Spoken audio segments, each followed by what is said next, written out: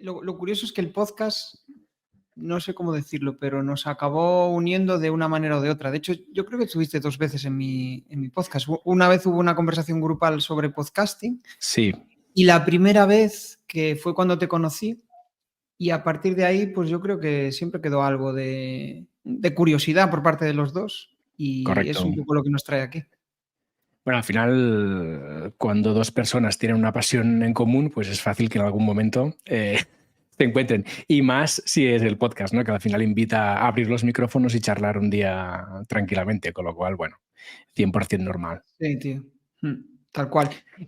Yo creo, o sea, para mí el podcast fue como, claro, me genera un montón de emociones, porque para mí fue como un descubrimiento de o sea, yo estaba en una fase de mi vida que buscaba muchas respuestas, tenía muchas preguntas y encontraba respuestas, y a través del podcast encontré ese camino. Por eso es que, claro, cuando le preguntas a alguien qué es el podcast para él, pues si te vas a la parte técnica, pues simplemente es un audio, fragmentos de audio que puedes escuchar o consumir a tu gusto, pero en cambio si entras en la definición más emocional, pues para cada uno es algo diferente. Un entretenimiento, pues un rato de relax, paz mental, cada uno tiene su propia definición. Sí, cada uno encuentra su sitio en el podcasting, porque al final no deja de ser una herramienta que cada uno puede utilizar como le plazca, ¿no? Algunos van más a la parte de tenerlo como un hobby, como una afición, otros lo convierten más en parte de su profesión, en parte de su marketing, otros lo convierten incluso en su producto principal. O sea que el formato como tal admite que cada uno lo utilice a su antojo, para decirlo de algún modo, ¿no? Sí, en mi caso empezó como una mera afición y poco a poco el hecho de que el primer cliente me pidiera que quería un podcast, o sea, que quería lo mismo que yo tenía, eso me dio digamos, el punto de partida hacia desarrollar lo que ahora soy, ¿no? O sea, el dedicarme a la producción de podcast. Y esto lo quería ligar con otra cosa, ¿no? Que estaba pensando, a mí me gusta mucho entrelazar ideas y siempre estoy pensando, hostia, estoy hablando de una cosa y estoy pensando en otra, ¿no? Entonces, antes de empezar en todo esto, en todo el proceso de ayudar a hacer podcast, para mí el podcast era como, pues eso, un rato donde aprovechaba, desconectaba, hablaba con gente interesante de la cual podía aprender y desarrollaba mi habilidad de escucha. Que en aquel momento hubo alguien que me dijo, hostia, tío, es que solo hablas tú, no escuchas.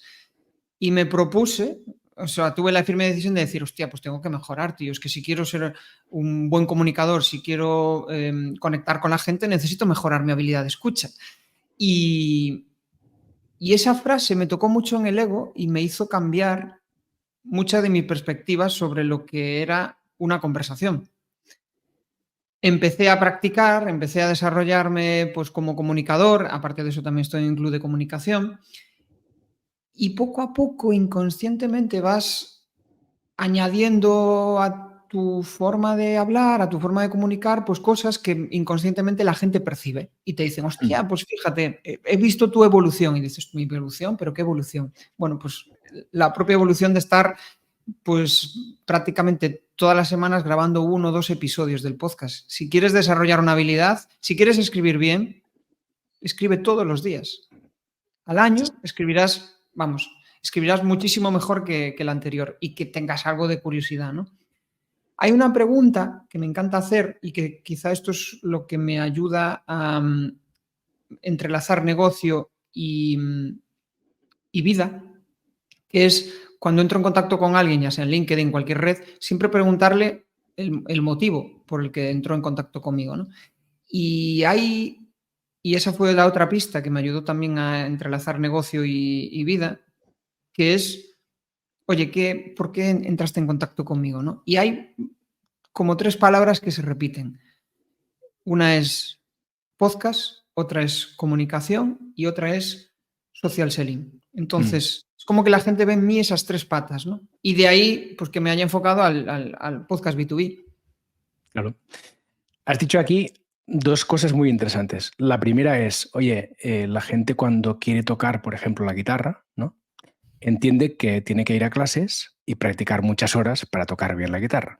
En cambio, es curioso como a veces la gente piensa que el escribir o el hablar en un micrófono o el comunicar es algo que tienes o no tienes. Cuando es evidente que la gente puede tener facilidad para hacer determinadas cosas, ¿no? No todo el mundo tiene la misma facilidad para tocar la guitarra a pesar de que estudie muchas horas. Pero oye, si quieres hacer algo bien, pues dedícale tiempo, ¿no? Y a veces parece que esto de abrir el micrófono y hablar o de escribir tiene que ser algo que te viene de forma innata. Y no, es un proceso de mejora continua como muchos otros hay, ¿no? Y esto es una barrera mental que mucha gente tiene. Oye, ¿cómo voy a hacer un podcast si no sé hablar en un micrófono? Bueno, pues que no sabía nadie cuando empezó. Hazlo, Sí. practica, dedica horas, haz un curso si quieres, pero al final se trata de ponerle tiempo si aquello percibes que para ti va a ser importante o te apetece hacerlo, ¿no? Entonces, es un punto que a veces hay que repetir. Y en segundo lugar, has dicho algo también muy interesante que es, oye, ¿de dónde, cómo te conoce la gente, ¿no? ¿De dónde te saca a ti la gente? Y te ubica en el podcast, en la comunicación, en el social selling, porque al final tú has hecho un esfuerzo consciente, ¿no? De trabajar tu imagen personal, tu marca personal, para que evoque estas cosas, ¿no? Y esta es otra cosa que a menudo mucho creador de contenido y mucho emprendedor también y mucha persona en general deja un poco al azar, ¿no? La marca personal está ahí, aunque tú no la trabajes, aunque tú no la moldees. Tú tienes una imagen que se proyecta hacia afuera, hacia la otra gente, ¿no? Entonces es interesante poder un poco trabajar esa proyección que tú haces hacia el exterior para que concuerde con lo que tú estratégicamente quieres que sea. Sin falsear nada, evidentemente, pero sí que la puedes un poco trabajar, ¿no? Claro, sí, sí, sí. Respecto a lo primero que dices de la gente que tiene esa creencia, para mí es una creencia irracional, yo la tenía. Tardé 2 años en decidirme a grabar mi primer episodio.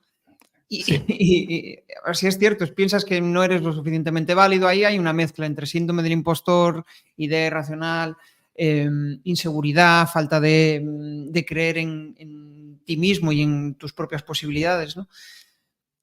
Y en cambio te das cuenta de que conforme vas probando, va a haber gente que se va a acercar a ti. Claro, esto no es de un día para otro. Las primeras veces no te escucha ni Dios. Pero conforme vas avanzando, pues habrá gente que diga, joder, pues mira, me gusta de ti la parte más reflexiva, o me gusta de ti la parte más, pues no lo sé, de que eres un preguntón, ¿no? Cada uno tiene una forma de comunicar diferente y ahí no vamos a poder agradar a todo el mundo. Y respecto a lo otro, a la segunda parte, tiene mucho sentido, porque al final tú vas validando, ¿no? Al fin, en tu negocio o hacia aquel público que quieres dirigirte, vas validando aquellas ideas que tú crees que conectan más con ellos porque ellos te lo están diciendo, ¿no? Entonces, tú vas proyectando esa idea y inconscientemente acabas como ligando esas ideas que el propio público objetivo o que tu propio cliente te lanza. Por aterrizarlo, ¿no? Por ejemplo, el banner de LinkedIn. Yo el banner que tengo ahora dice algo así como: tú no quieres un podcast, lo que quieres es que tus clientes potenciales te escuchen con interés. Pues eso fue básicamente de alguien que en un contenido un día me comentó algo relacionado con esto y empecé a desarrollar como ese lema. Y poco a poco vas escuchando y viendo todo ese proceso. ¿Qué sucede? Que claro, son mini cosas que van sucediendo, pero si eso lo trasladas a 365 días, claro, visto desde fuera, son muchísimas cuestiones. Y visto desde dentro es súper lento todo ese proceso, porque ves mini avances y tu mente te está diciendo, tío, vas muy lento, apura un poco más. Y en cambio desde fuera hay gente que te percibe que vas como un auténtico misil. Entonces, la vida Sí. misma. La relatividad del tiempo, ¿no? Que a ti te parece que todo va mucho más lento y es mucho más caro de lo que debería ser, ¿no? Que siempre es así. Sí, Y tío. desde fuera, en cambio, pues como no están tan pendientes de lo que haces, ¿no? De repente cuando te ven de nuevo dices, hostia, hay una diferencia entre lo que vi la última vez o lo que escuché la última vez y lo que he visto ahora, ¿no? Que aquí lo voy a ligar con dos cosas. La primera, que nos creemos muchas veces que nuestra audiencia está pendiente de lo que hacemos. Y esto no es verdad.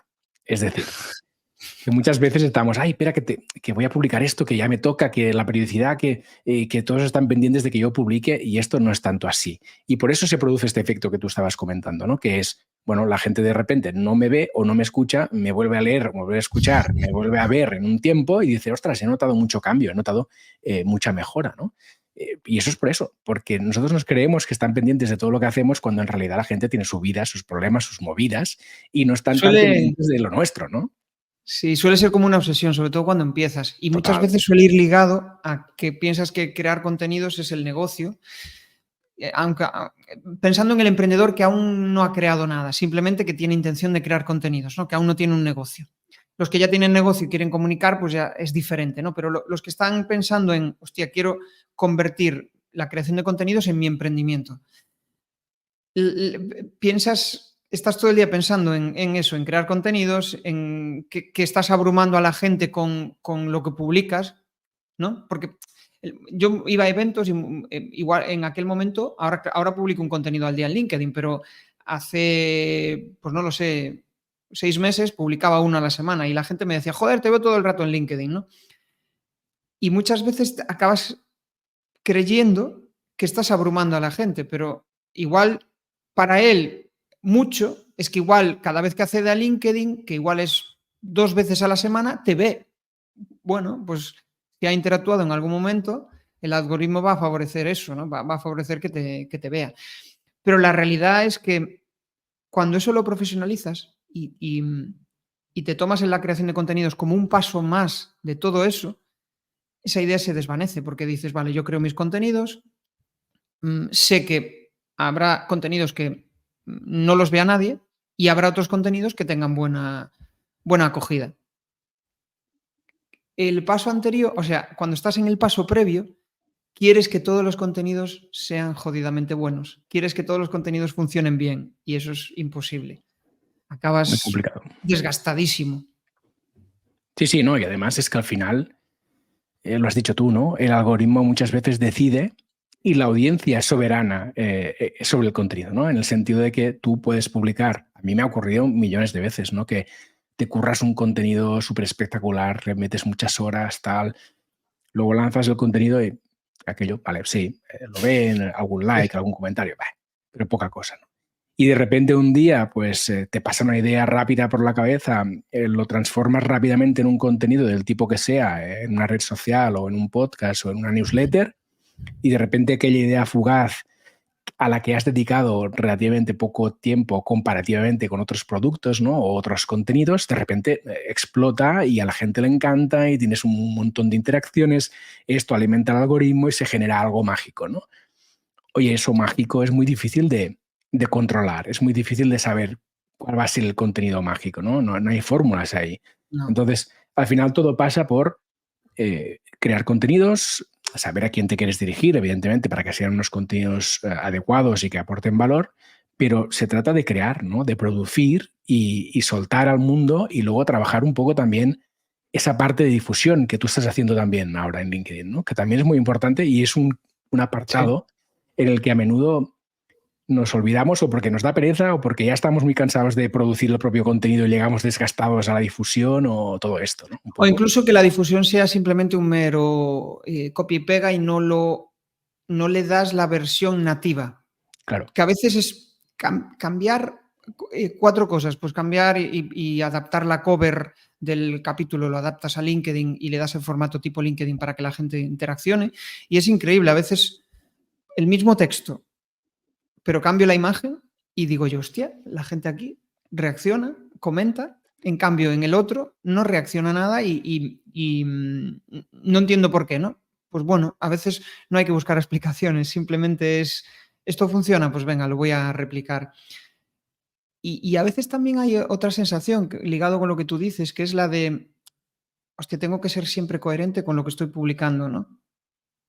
Tengo que repetir este tema y tengo que hablarle siempre a mi público objetivo. Y a veces pierdes esa parte de innovación, de probar o de hacer cosas diferentes. El otro día escuchaba una frase muy chula de Carlos Gómez de Bibla, que es un ex Google, y decía algo así como, ser innovador es cambiar muchas veces de opinión. Porque la mayoría de la gente no se atreve a eso, porque tiene miedo a, uy, es que ahora me van a ver cambiando de opinión. Bueno, pero el tuyo de hace 2 años igual estaba convencido de eso en base al contexto que tenías, en base a la información que tenías, pero ahora, con tu nuevo contexto, tienes esa creencia, ¿no? Y crees que es así.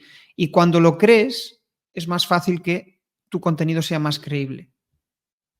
100%. Al final, el cambio es la constante, ¿no? Entonces, cambiar, adaptarse, mejorar, intentar hacer pequeñas mejoras que te vayan mejorando o llevando hacia la excelencia en tus contenidos, pues tiene que Sí. ser algo asumido en el día a día y tiene que ser parte del proceso, ¿no? Entonces, oye, cambiar de opinión es 100% normal. De hecho, lo que no es normal es no cambiar, ¿no? Y mantenerse ahí pegado a una creencia que tenías hace 5 años simplemente por el miedo que alguien te saque un tuit de hace 4 años y te diga, es que tú decías en su momento que no sé cuánto. Digo, bueno, yo, Sí. por ejemplo, el otro día lo comentábamos en el episodio anterior de este podcast con Leo Menéndez. Decíamos, ostras, hemos sido defensores en este podcast de la periodicidad de los episodios y de los contenidos de forma estricta. Oye, si te has comprometido a sacar un contenido los martes a las 8, lo tienes que sacar los martes a las 8. Y yo con el tiempo he ido relativizando esta afirmación y esta creencia, ¿no? Y hoy en día digo, oye, depende. Si no tienes nada a aportar, si lo que vas a crear no aporta nada a tu audiencia ni a ti, pues no es necesario hacerlo, ¿no? Así que démonos un poco de flexibilidad en la periodicidad, incluso en el formato, para podernos adaptar, ¿no? De forma natural a las cosas que suceden. Hay que encontrar el equilibrio, porque tampoco la anarquía total tampoco es buena, pero sí darnos un poco de flexibilidad. Sí, porque si no puedes acabar en el burnout. Acabas quemado por esa propia autoexigencia de tengo que cumplir, ¿no? El otro día Matt D'Avella dejó Sí. un tiempo de publicar porque, joder, se le fue la vena creativa, ¿no? Bueno, son movidas que nos pasan a todos y que incluso en el propio podcast yo tengo momentos de decir, hostia, las personas que estoy trayendo ya no me están molando tanto o tengo que cambiar un poco el guión y hablar de otras cosas, aunque el contexto sea el mismo o lo que vaya a contar sea parecido, pero quiero contarlo de otra forma, ¿no? Y cuando tú mismo te aburres de escucharte a ti mismo, porque el podcast es que te estás escuchando constantemente, cuando te aburres de tu propio discurso y del discurso del que entrevistas, por ejemplo, en caso de que sea de entrevistas, tienes que hacer algo. Si no, te mueres de, ya sea que estés en el éxito y porque lo estés petando, pero es que tú mismo no aguantas en esa línea. Y nuestra forma de consumir también va cambiando, porque yo antes igual consumía más contenido de, pues no lo sé, más inspiracional o más cuando estaba con la crisis existencial, más de contenido de encontrar un sentido, y ahora voy a contenido más práctico, más teórico de, pues como el podcast de Corti, de Escalando Agencias o ¿no? Contenido más aterrizado. Depende de tu momento, vas a necesitar un tipo de contenido u otro. Sí, y esta es otra cosa de la que tenemos que ser conscientes, de que la audiencia, vuelvo a lo que decía antes, tiene su vida, tiene sus movidas, tiene sus temporadas, ¿no? Que igual una temporada dice, no, es que ahora quiero escuchar toda inspiración. Luego dice, no, es que ya estoy cansado y ahora quiero escuchar solo audiolibros, porque lo que quiero es desconectar. Y cuando más alejados sean de mi realidad, pues mejor. Y luego vuelve a escuchar audiolibros más de su temática, ¿no? O podcast de su temática. Entonces, a veces también nos obsesionamos en qué hemos hecho mal para que nos dejen de escuchar o ver o leer, cuando quizá es simplemente que las circunstancias del lector o del oyente o la audiencia han cambiado y los gustos de esa persona han cambiado, o le apetece durante 2 meses desconectar y no escuchar, ni ver, ni leer nada relacionado con su negocio o su profesión. Esa parte es súper chula, tío, la de comprender por qué te escuchan o no te escuchan, ¿no? O sea, cuando empiezo con un nuevo cliente, siempre estoy en plan, los primeros contenidos que en la producción de su podcast, estoy siempre testando y viendo por qué motivación pinchan en la cover, por qué el título le hizo, ¿no? Esa parte es súper chula y quizás es de lo que más nos genera tensión, ¿no? Con tu propio contenido. Igual con contenido de terceros no, porque no hay la emoción mezclada. Y ahí es más sencillo decir, hostia, pues mira, este funciona, ¿no? Eres más objetivo, pero con el tuyo mismo estás inmerso ahí en tu propio ego, en tus movidas de, joder, hice esto con todo el cariño del mundo y ahora no consigo resultados. Claro, es difícil eso, ¿no? El encontrar el punto de tu audiencia, y a veces no te pillan. Igual has cambiado tú internamente y al interlocutor que tenías hace un mes, ahora ya no es el mismo y dice, hostia, este tío ha cambiado, ¿no? ¿Qué sucede? Hay personas que dices, pues ya no me mola lo que... O ya he aprendido todo lo que tenía que aprender de él y para mí ahora ya no es una autoridad, me cambio, me voy a otro creador Sí, de contenidos. Y eso, asumir eso, yo creo que también forma parte del proceso. De que, claro. hostia, no pasa nada. Pero es que pasa con cualquier cosa en la vida, con los mentores. Tú estás con un mentor y llega un punto que, pues, joder, ya no te puede ayudar más en esa parte o ya no hay la misma afinidad. Tienes que buscar otro, ¿no? Que te ayude a seguir escalando. Sí, y hay que asumir eso con naturalidad, porque de hecho, como audiencia lo hacemos, es curioso porque como audiencia lo hacemos y lo vemos como algo Sí. natural, ¿no? El dejar de escuchar a alguien, el dejar de leer a alguien y saltar y luego vuelvo y luego me voy y luego escucho a aquel y luego ahora en lugar de ver todos sus vídeos de YouTube veo solo algunos, ¿no? Eso como audiencia lo tenemos normalizado, ¿no? Porque es algo que hacemos de forma natural y en cambio como creadores es como que nuestro ego o lo que sea, pues nos molesta, ¿no? Que esto suceda y entonces es, bueno, oye, si estamos jugando este juego y cuando tú eres audiencia estás dispuesto a normalizar unas cosas, ¿por qué no las normalizas cuando estás del otro lado y eres el creador? Si las normalizas, es que tu vida va a ser mucho más fácil, ¿no? El otro día escuchaba una entrevista a Casey Neistat y decía esto, oye, mi vida cambió el día que asumí que no era tan importante para mi audiencia, que no estaban pendientes de mí, que no era tan esencial, que no pasaba nada si no veían todos los vídeos. Cuando sueltas un poco ese lastre, ¿no? De repente, pues tienes más espacio para pensar, para ser más creativo, para hacer a lo que a ti te apetezca, lo que te resuena en aquel momento, ¿no? Sin estar tan pendiente de qué va a decir mi audiencia, ¿no? Fíjate, yo la verdad es que eso no le doy demasiadas vueltas. Igual es como que no me llego eh, a replantear ese pensamiento, ¿no? Perdón, o sea, que me surja el pensamiento y que yo después lo postprocese y le dé un sentido. Yo siempre trato de racionalizar aquellos pensamientos que son recurrentes para encontrarle un sentido, ¿no? Y, o sea, esa parte me cuesta y cuando hay mucha gente que me lo comenta, y que, joder, ahora tú me lo has recordado, me hace pensar en que igual a veces nos excedemos en la parte de empatía. No, o sea, ¿cómo explicarme con esto?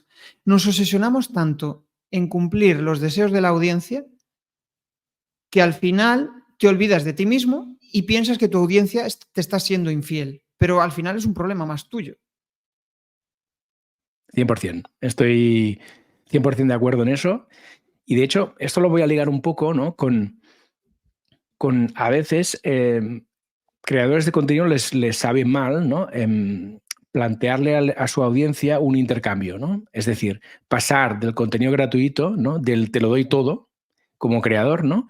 Al, oye, esto te lo doy, ¿no?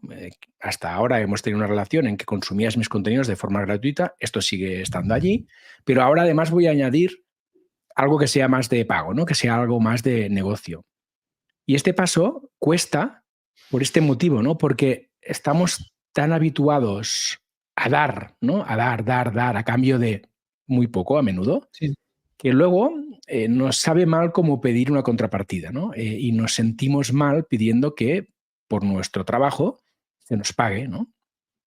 Es como que no se ve, claro, tú no estás vendiendo, no te estás vendiendo como un creador de contenido, simplemente, estoy compartiendo aquí valor, o sea, el creador de contenidos tiene siempre esa tendencia a dar, porque Sí. yo creo que es su propia naturaleza, ¿no?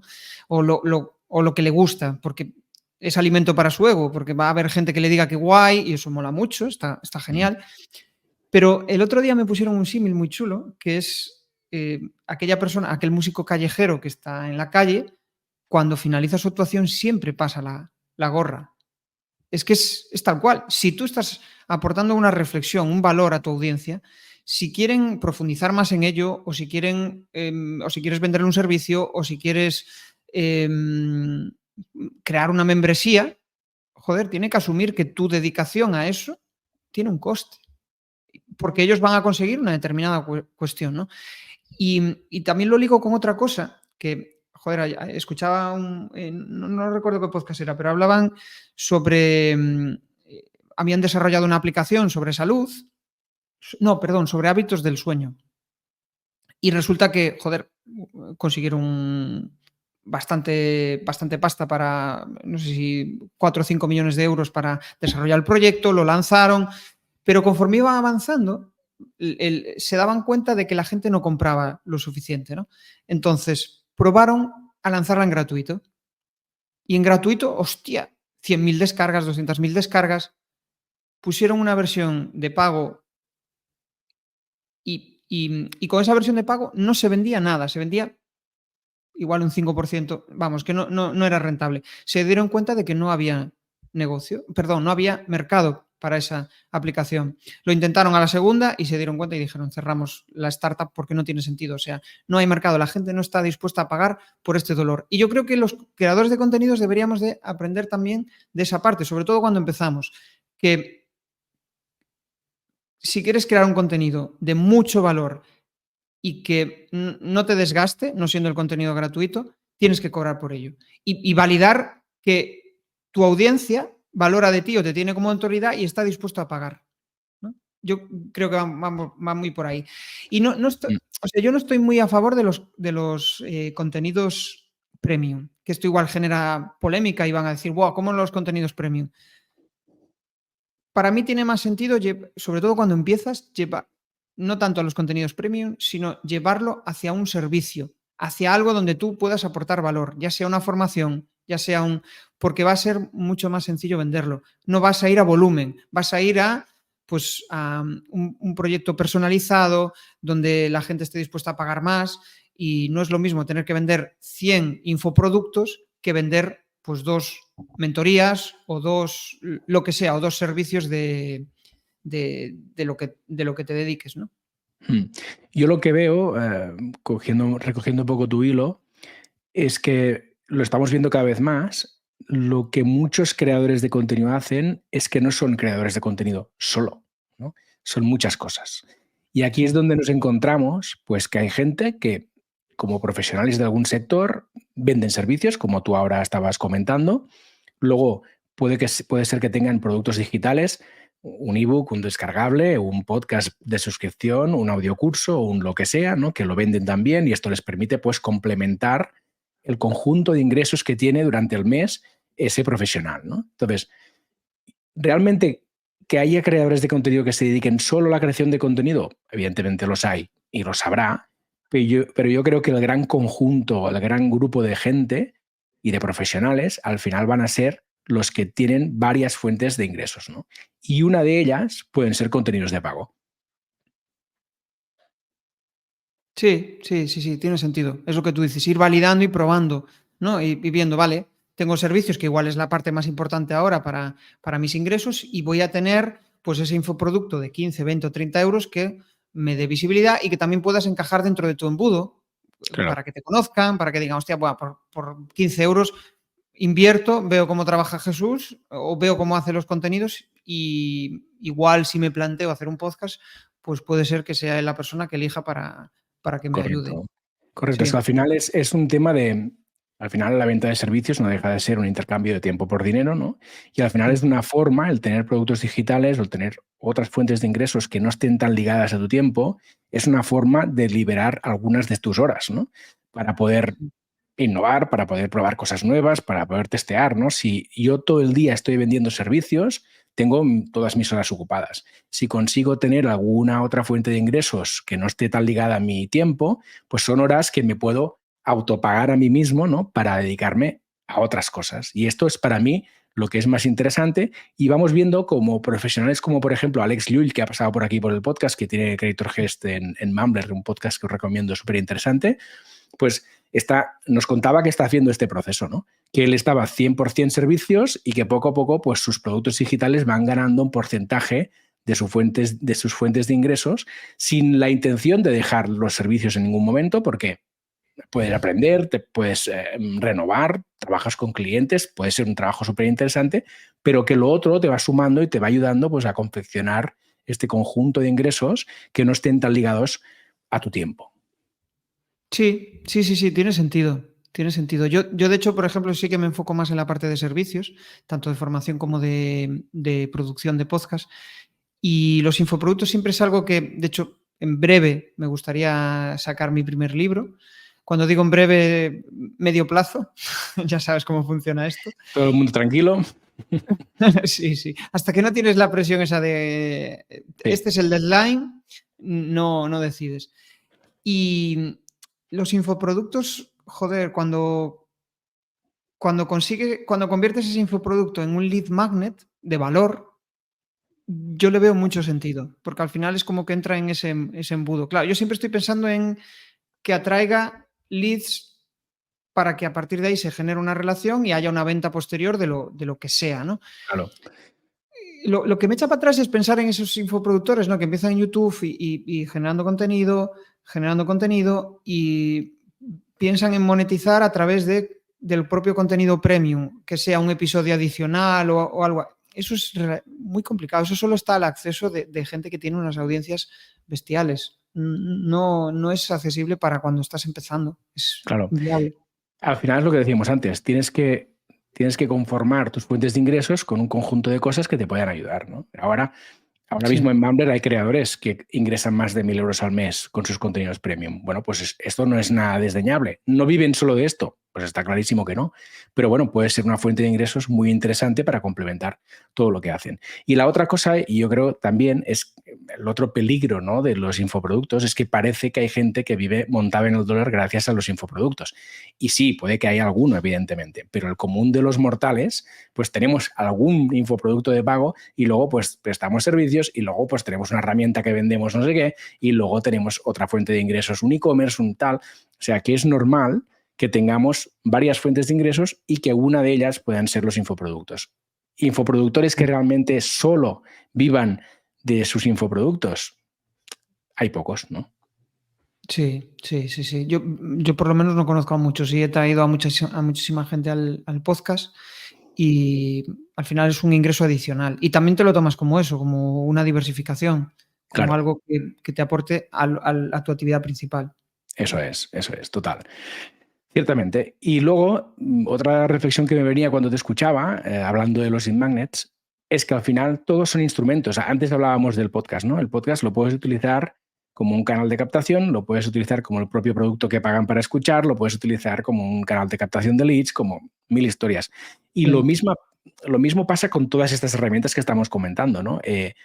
Igual un contenido te conviene más para tu estrategia que sea un lead magnet que no venderlo, o al revés. En otro caso, para un creador puede ser más interesante que ese contenido sea un contenido de pago y no un lead magnet. Por ejemplo, puede utilizar un contenido de pago en una escalera de valor, ¿no? Tú puedes conseguir el lead de una persona, venderle un primer producto o un infoproducto a un precio asequible que le permita acceder a tu contenido más premium, mantener una relación contigo, que tú veas que aquella persona esté dispuesta a pagar y que por lo tanto está caliente para poderla trabajar posteriormente, y luego lo puedes ir subiendo por una escalera de valor que acabe vendiendo servicios también. Es decir, que los embudos se pueden montar de 1000 formas distintas y que al final cada producto puede tener un embudo distinto, ¿no? Y que tú como persona que tiene varios negocios y varias fuentes de ingresos, en una fuente lo puedes utilizar de un modo y en otra lo puedes utilizar de otro. Sí. Y no se chocan entre ellos. Tú puedes tener un podcast que te sirva para captar leads para tus servicios y puedes tener un podcast de pago al mismo tiempo y no ocurre nada. No, sí, pues es como, tengo un podcast de pago y un podcast de... Es que al final el modelo mental de cada uno es tan diferente. Por eso es tan importante el relacionarte, escuchar a mucha gente. El otro día estaba en un podcast en directo, ¿no? Y al finalizar la grabación del podcast presencial en Vigo, me decía uno, joder, es que ahora si no tienes 15.000 seguidores en Instagram es imposible funcionar. O es que, ¿y cómo hacéis para...? Y yo en plan, pero es que igual, con 1.000 seguidores bien cualificados puedes vender servicios. No es cuestión de tanto volumen, claro, si tienes volumen y demás, pero si tú a esa audiencia no la retroalimentas, no le das contenidos que les apetezcan, de poco va a servir, ¿no?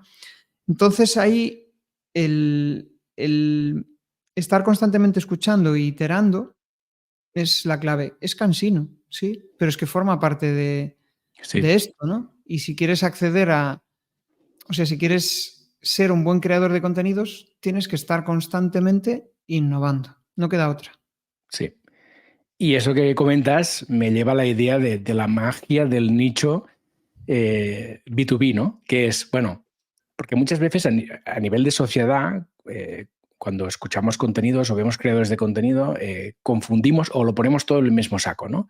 Al final es muy diferente unos contenidos que se dirijan al público en general, ¿no? Porque hablan de cine, de series, de libros, tal, que otros contenidos que sean mucho más de nicho, mucho más específicos de un tema concreto y a menudo mucho más cercano al tema profesional. Claro, es lo que decías tú.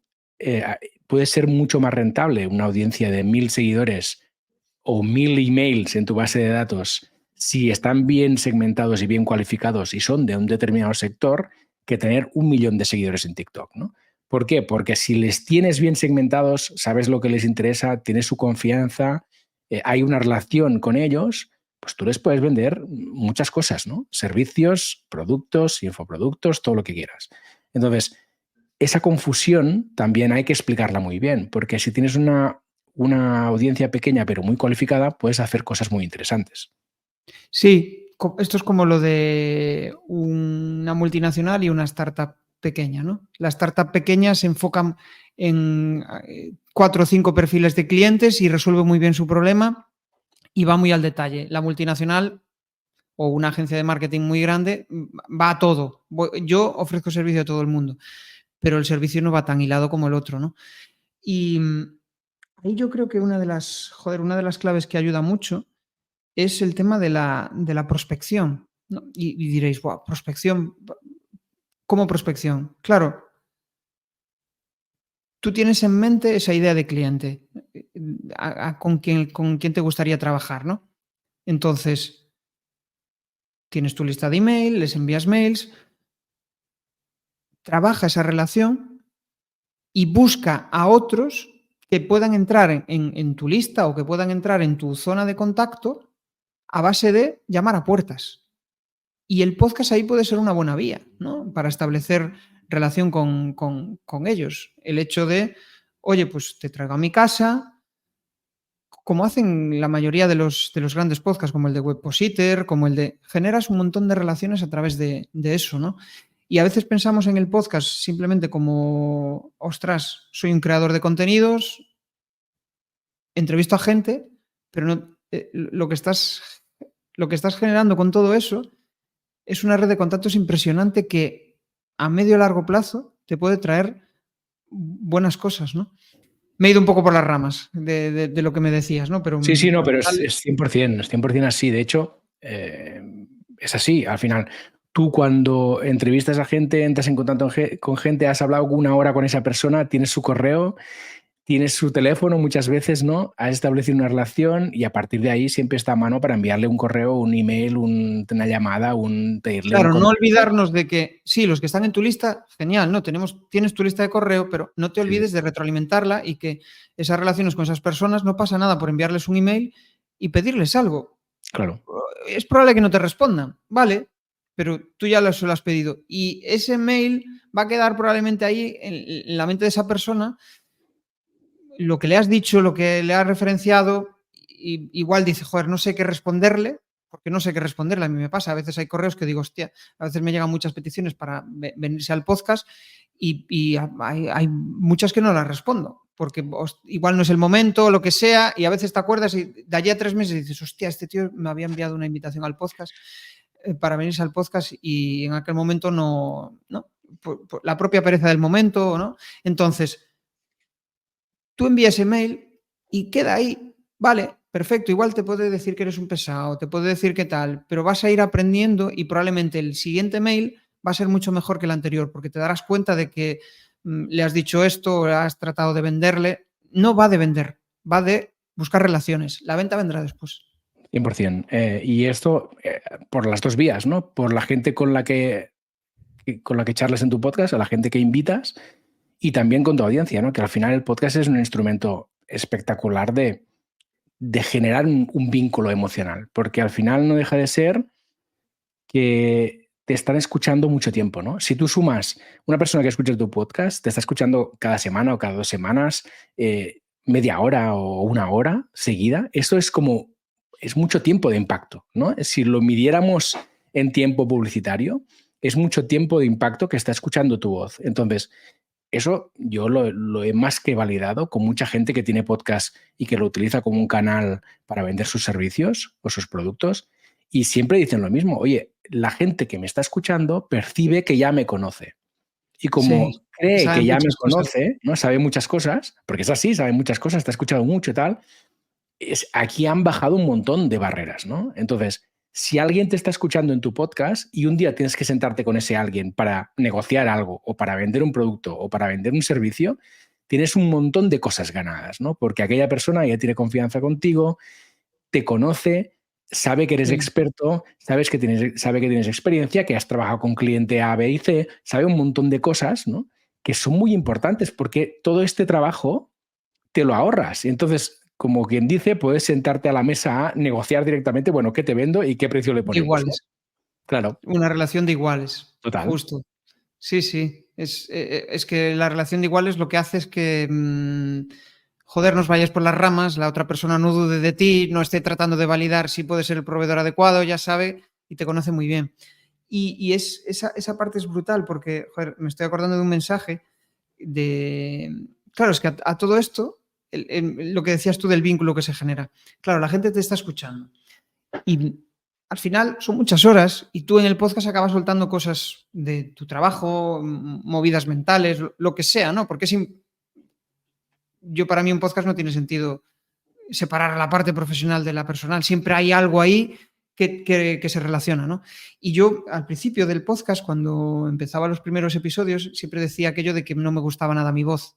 Y fue un proceso de cariño, de cogerle cariño a mi voz. Y un día, en una publicación en LinkedIn, me sorprendió porque me llegó un mensaje de, por cierto, me encanta tu voz, que lo dijiste en un podcast. Y dices tú, hostia, tío, ¿hasta qué punto, no? ¿Se acuerdan o quedan ahí cosas en la mente de la gente por el hecho de estar escuchándote de forma periódica? Sí, Sí, sí, es brutal, porque al final es eso, ¿no? Es en realidad que saben muchas cosas de ti, ¿no? Y te conocen. Y eso, luego, cuando pasas al mundo físico, a veces te sorprende, ¿no? Porque te encuentras a alguien que tú no conoces o sabes quién es o te suena y tal, y el trato que él tiene contigo o ella contigo es súper familiar porque es sí. que llevo 2 años escuchándote cada semana. Entonces, para mí es Paul, ¿no? O sea, ya lo O conozco. incluso de bloqueo, porque a mí me tiene pasado, hostia, Jesús, se me hace raro, me pasó en un evento Ya, de... no sé cómo interactuar. Hostia, tío, te escucho todas las semanas que ahora se me hace raro hablar contigo, ¿no? Es como... se me hace raro escucharte o Sí, que... sí. ¿no? Es una No parte estoy así. acostumbrado a que haya bidireccionalidad en la conversación, ¿no? Estoy acostumbrado a escucharte, pero no poderte responder. Y es como raro que de repente estemos aquí juntos y podamos charlar. Bien, muy interesante. Oye, y te quería preguntar, que eso sí lo tenía, de hecho quería que fuera una conversación abierta como ha sido, pero había una pregunta que te quería hacer. Tú que trabajas con empresas y ayudas a producir podcast para empresas, ¿cuáles dirían que son las 3 claves para que un podcast de empresa tenga sentido y responda a la estrategia de esa empresa? Es una buena pregunta. La primera, hay que hacerse un montón de preguntas, ¿no? O sea, yo le llamo destripo tu negocio y básicamente es tratar de conocer, por un lado, el objetivo que tiene el CEO de la empresa Mm. digamos, el responsable de marketing de esa empresa, ¿no? ¿Qué idea tiene sobre cuál es el objetivo de ese podcast? Y después ligarlo muy bien con el objetivo que tiene aquella persona que va a ser el comunicador. Porque siempre les planteo la idea de que si vas a lanzar un podcast, no va a ser un podcast para un mes, o sea, va a ser un podcast para medio largo plazo. Tienes que plantearte 6-12 meses para probar el contenido e ir mejorándolo, ¿no? Entonces es importante que ese comunicador, esa persona que vaya a compartir, tenga un vínculo con ese objetivo del proyecto. Si no, va a ser muy difícil que le des continuidad, porque el comunicador es la clave. O sea, el comunicador es la clave. Las emociones que transmita, las sensaciones que él sienta y también las personas a las que vaya a entrevistar, en caso de que sean entrevistas o que vaya a hablar solo, es clave, ¿no? Entonces, por un lado, tener claro cuál es el objetivo de los dos, del comunicador y de la persona y de la empresa, o sea, y de los objetivos de la empresa. Una vez aterrizado todo eso, llega la parte más de definir la propuesta, ¿no? Digamos, la propuesta de valor del podcast, ¿no? Y ahí es clave conocer al público objetivo, es decir, qué es lo que quieren oír aquellos. Entonces, la pregunta ahí es, oye, de tu audiencia, de tu público objetivo, ¿por qué va a merecer la pena que escuche tu podcast? Y esa pregunta es bestial, porque, hostia, ¿por qué coño me van a escuchar? Puede ser que en tu sector aún no haya ningún podcast, pero aún así van a tener que descubrirte por qué van a querer escucharte. Y una vez llegado a ese paso, llega quizá el momento más crítico o el más comprometido, que es grabar el primer episodio, ¿no? Y ahí es tantear y ver realmente, desarrollar el guión, desarrollar la estructura, desarrollar aquella escaleta que sea persuasiva, que capte la atención, ¿no? Entonces son como esos 3 pasos quizá las claves, el tener un objetivo, el saber hacia dónde quieres ir, quién es tu público objetivo y por otro lado, accionar, pasar a la acción, grabar el primer episodio y a partir de ahí empezar a mejorar. Qué difícil pasar a la acción, ¿eh? Hacer ese primer paso, cuántas dudas siempre, cuántos miedos y cuántas ganas de hacer las cosas excelentes desde el primer día, cuando en realidad hay que hacerlas solo y luego ir Y iterando. ¿sabes lo mejor? Es que cuando empiezas quieres que el primer episodio sea el mejor de todos y lo curioso es que siempre es el peor. Claro. Mal iríamos si no fuera así. Mal iríamos. Es decir, es positivo que sea así, porque al final quiere decir que tú estás evolucionando, ¿no? Si no, sí, mal. A no ser que, claro, si ya vienes de proyectos anteriores, pues obviamente tu primer podcast va a ser la repera porque ya tienes experiencia. Ya tienes. Pero no es lo habitual. Lo habitual es que empieces desde cero. Claro. Sí, sí. Y a nivel de empresa, de todo lo que has comentado, lo que me ha llamado más la atención y para mí es el reto principal es, bueno, ¿qué ofrezco, no? Es decir, ¿qué ofrezco a mi audiencia que puede ser valioso por sí mismo y que puede aportar valor y que al mismo tiempo entretenga y que la audiencia tenga ganas de escuchar ese contenido más allá de mi servicio o mi producto, ¿no? Porque al final lo que no puede ser un podcast es un panfleto publicitario, porque entonces nadie lo va a escuchar. Lo que tiene que ser es un contenido que aporte valor y que entretenga, si puede ser. Entonces aquí, para mí, es el gran reto. Sí, esto es como cuando te dicen vas a empezar a emprender y te dicen ¿y qué vas a hacer? Bueno, quiero entrar en este sector. ¿Y qué vas a hacer? Y entonces te lanzan la pregunta, vale, ¿qué hace tu competencia? Mejóralo y ya está, ¿no? Vale, si ya hay referentes, pues lo único que tienes que hacer es no hacer lo mismo que esa persona. Yo qué sé, si van a ver una entrevista de Irra Bravo, pues después de acabar la entrevista probablemente te quedes con ganas. Si escuchas otra entrevista y las preguntas son las mismas, no vas a querer escucharlo. Pero en cambio, si el contenido que tú aportas es diferente, pues ahí es donde puedes dar con la tecla, ¿no? Entonces, se basa mucho en saber cuál es la propia curiosidad del entrevistador, o sea, qué curiosidad le gustaría saciar con ese entrevistado, y por otro lado, ver si esas preguntas que haría el entrevistado están entrelazadas con la necesidad que tiene la audiencia. Lo habitual es que sí, si es en caso de formación, lo más habitual es que tú seas la versión 2.0 y tu audiencia sea la versión 1.0, ¿vale? Entonces, lo más probable es que lo que tú sepas, o sea, que lo que tú compartas le vaya a interesar a los otros. Cuando es en el caso de servicios que ya no está tan ligado con eso, pues ahí se basa más en, vale, pues en caso de un podcast sanitario, ¿no? Como el caso de un cliente, ¿no? Que quieren opositar. Claro, él realmente no es opositor, no tiene mera curiosidad, pero le interesa la parte pedagógica, entonces eso lo liga muy bien con lo que le interesa a su audiencia. Él va a ser un podcast pedagógico, porque hemos encontrado el nexo de unión entre lo que a su audiencia le interesa y lo que a él le parece interesante para contar. Claro, sí, sí. Encontrar este equilibrio, ese punto en el que eres capaz de generar un contenido que tiene interés para tu audiencia y al mismo tiempo satisface tu necesidad como negocio, que no deja de ser, pues, que te escuchen, generar esa confianza para acabar luego vendiendo un servicio, un producto o lo que sea, ¿no? Y encontrar ese punto que toque ambas cosas. Justo, hay una frase que me encanta, que es un buen podcaster consigue que su entrevistado no diga lo mismo que en los tropecientos podcasts en los que estuvo. Cuando consigues eso, vas a captar la atención de tu audiencia, porque si quieres saciar esa curiosidad que tienen, vas a hablar de cosas totalmente diferentes y va a ser aire fresco, ¿no? Sí, 100%. Muy bien, Jesús, pues creo que nos ha quedado aquí una charla bastante redonda, han salido muchas cosas interesantes, te agradezco un montón tu tiempo y la verdad es que he disfrutado un montón. Yo me lo he pasado muy bien, tío. Siempre, aparte, lo haces súper dinámico, siempre estás ahí pendiente de lo que está diciendo el otro, lo ligas muy bien, eres un gran comunicador, Paul. Gracias, te lo agradezco un montón. Igualmente, gracias a todos por escuchar y nos escuchamos en el siguiente episodio. Un saludo. Chao, chao.